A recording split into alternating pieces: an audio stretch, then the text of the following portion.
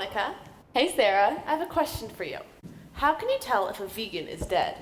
Well, it's hard to remain alive after you've been killed, but I don't know how. If they haven't talked about their vegan lifestyle in the past 5 minutes. Oh.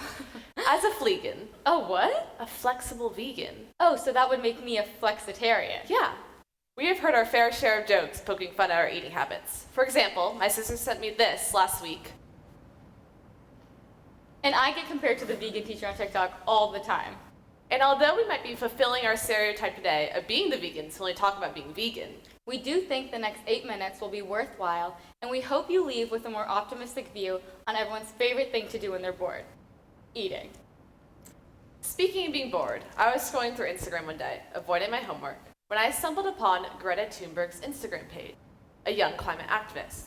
She explained to me that by going vegan, one can reduce their carbon footprint by 73%. After hearing this, I was hooked. I became pescatarian almost 2 years ago, which means the only meat I ate was fish. In the past few months, I switched to being vegan, which means I avoid all animal-based products. That meant I had to say goodbye to ice cream and all other dairy products, including eggs. But being vegan or having your eating habits being slightly more restricted compared to others can be really challenging at times. My family does not share the same eating habits as I do, so I'm constantly around non-vegan food and have to make my own meals most of the time.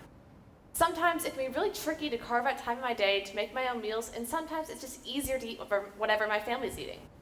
Plus, vegan and vegetarian food can be really expensive at times, and I often find myself paying much more for my tofu noodle bowl when I go out to eat with my friends compared to their burgers and fries.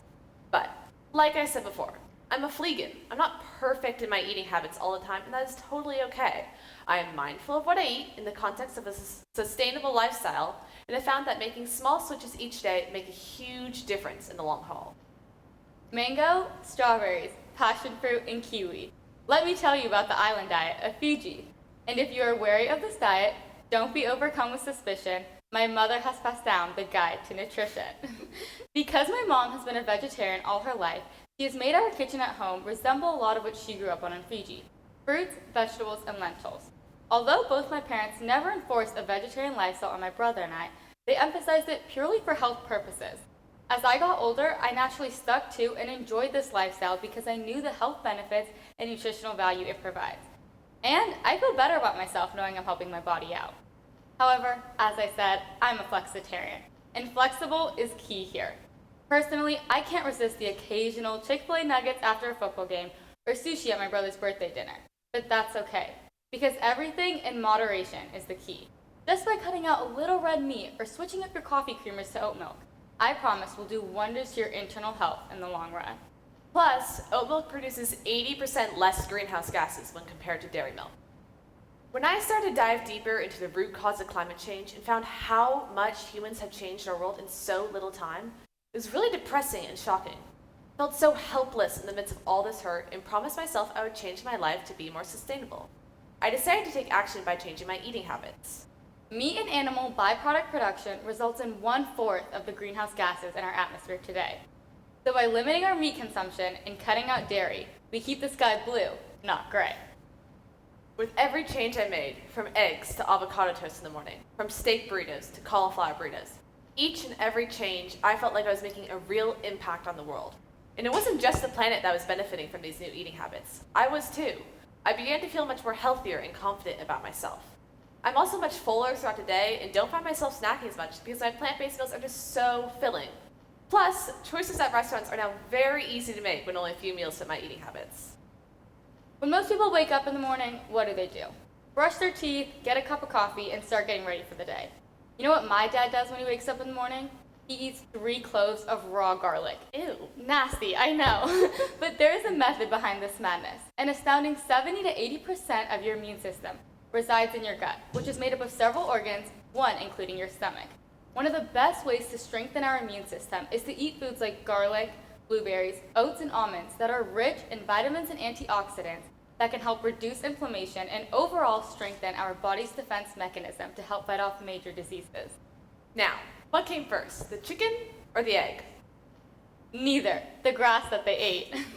Very often, I hear that a vegan and vegetarian lifestyle has an insufficient protein intake. For me personally, I get my protein from Beyond Meat burgers, tofu noodle bowls, and oatmeal in the morning. And if you don't want to take our word for it, Look at some top athletes such as Tom Brady and Alex Morgan, who live a vegan lifestyle and still maintain sufficient protein. Personally, my favorite way to get protein is through tofu. And when we bring up tofu, don't be annoyed because I'm about to give you the ploy to soy. The benefits of green protein is that though you have to eat more of it, you eliminate all the saturated fat and sodium that is often hidden within red and processed meat. And in general, we want to reduce our intake of saturated fat and sodium to prevent high blood pressure and heart failure.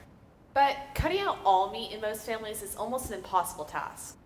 But by limiting your intake of meat, even by eating plant-based meals twice a week, I promise will do wonders to your internal health in the long run. And as we've mentioned before, we are by no means perfect in our eating habits. If my neighbor comes over to my house with some non-vegan brownies fresh out of the oven, I'm not going to say no. And the truth is, we do not need everyone to have perfect eating habits to benefit our planet. Every change made, no matter how big or small, is a step in the right direction. We do not need a few people doing things perfectly. We need lots of people doing things imperfectly. No two eating habits will look the same. Some might start by eating less red meat, while others might cut out eggs for breakfast every morning. But every change makes a difference.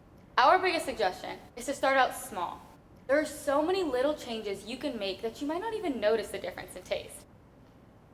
We challenge you for the next 2 weeks to really pay attention to what you are putting into your body, and pay attention to how you're feeling mentally and physically after eating these foods.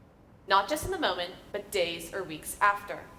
So next time you're at the grocery store, instead of reaching for that dairy butter, reach for the vegan butter, or try a tofu stir fry out for dinner instead of a steak. Maybe try going meatless once a week for a month, and the next month ramp it up to 2 times a week. These little switches will build up over time to bigger switches to benefit your health and the environment.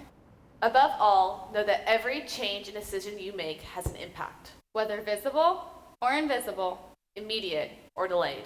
You have the power to change the world just by changing what you eat. Start with improving your health. Finish by improving the planet. Thank you.